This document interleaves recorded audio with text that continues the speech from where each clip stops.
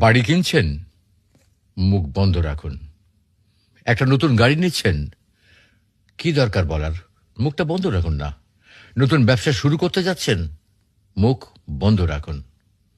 ছুটিতে বাড়ি যাচ্ছেন, মুখটা বন্ধ রাখুন না। নতুন কোর্স শুরু করছেন, হ্যাঁ ভালো কথা, দয়া করে মুখটা বন্ধ রাখুন। চাকরিতে পদোন্নতি হবে, খুব ভালো কথা, এটা জাহির করার তো কোনো দরকার নেই, মুখ বন্ধ রাখুন। একটা কথা বলি, জীবনের বড় বড় মুহূর্তে আমাদের মনে হয় প্রিয়জন বা বন্ধুদের জানালে খুশি হবে, মনে হয় সুখ ভাগ করলে দ্বিগুণ হয়। কিন্তু সত্যি বলতে কি জানেন, সবসময় তা কিন্তু হয় না, বরং অতি তাড়াতাড়ি মুখ খোলাই হয়ে দাঁড়ায় সবচেয়ে বড় ভুল। আমাদের স্বপ্ন আসলে একটা বীজ। এই বীজকে মাটিতে রোপণ করার পর যত্ন চাই, সুরক্ষা চাই।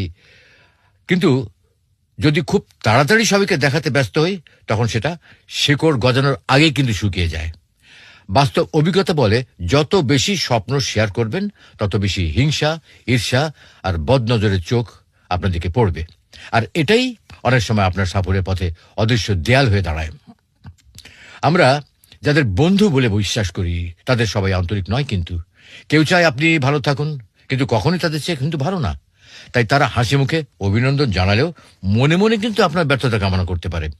এটা তিক্ত হলেও কিন্তু সত্যি কথা। আমরা ভাবি কি জানেন, অন্তত পরিবার তো আমাদের সবচেয়ে নিরাপদ জায়গা, তাই না? কিন্তু বাস্তবতা হলো, পরিবারের ভেতরে সূক্ষ্ম হিংসা থাকতে পারে। ভাই বোন আত্মীয় কেউ কেউ চাইতে পারে যে আপনি তাদের ছাড়িয়ে না যান। এই গোপন প্রতিযোগিতা অনেক সময় আপনার আনন্দকে নিঃশব্দে বিষিয়ে দিতে পারে। অনেকে বলে বদল তো শুধু কুসংস্কার, কিন্তু অভিজ্ঞতা বলে অন্য কথা। মানুষ যখন আপনার উন্নতি দেখে ঈর্ষায় পড়ে, তখন সেই নেতিবাচক এনার্জি আপনার জীবনে প্রভাব ফেলতে পারে। সনাতন হিন্দু ধর্ম, ইসলাম ধর্ম ও অন্য প্রায় সব ধর্মেই বদনজরের উল্লেখ আছে। অর্থাৎ এটা কোনো কাল্পনিক ভয় নয়, নীরবতা দুর্বলতা নয়, বরং শক্তি। চুপ থাকা মানে ভেতরে ভেতরে প্রস্তুত হওয়া। একটা কথা চিন্তা করবেন, কৃষক যেমন বীজ রোপণের পর প্রতিদিন হাটে গিয়ে ঘোষণা করে না, তেমনি বুদ্ধিমান মানুষও নিজের স্বপ্ন গোপন রাখে। সময় এলে ফলাফল নিজেই কথা বলে, তখন আর কাউকে বোঝানোর প্রয়োজন হয় না। আপনার ভাগ্যে যা আছে, মহান আল্লাহ তাআলা যা লিখে রাখেন বা পরিকল্পনা করেন, কেউ কিন্তু তা মুছে রাখতে পারে না। কিন্তু তাড়াহুড়ো করে বেশি মুখ খোলার কারণে আপনি নিজের জন্য অযথা বাধা তৈরি করতে পারেন।